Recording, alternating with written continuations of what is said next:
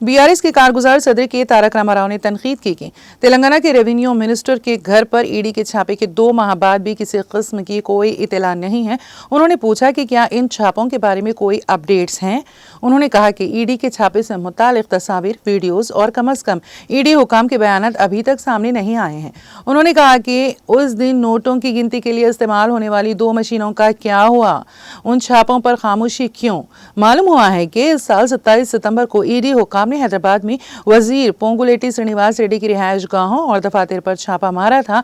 ED ने इस माह की 22 तारीख को गैर मुल्की ज़र मुबादला के ज़खायर के मामले में मिस्टर स्टेटस प्राइवेट लिमिटेड के दफातर पर छापे मारे। अहदेदारों ने एक साथ 9 मुकामात की तलाशी ली, जिसमें ओडिशा, दिल्ली और गुरुग्राम शामिल हैं।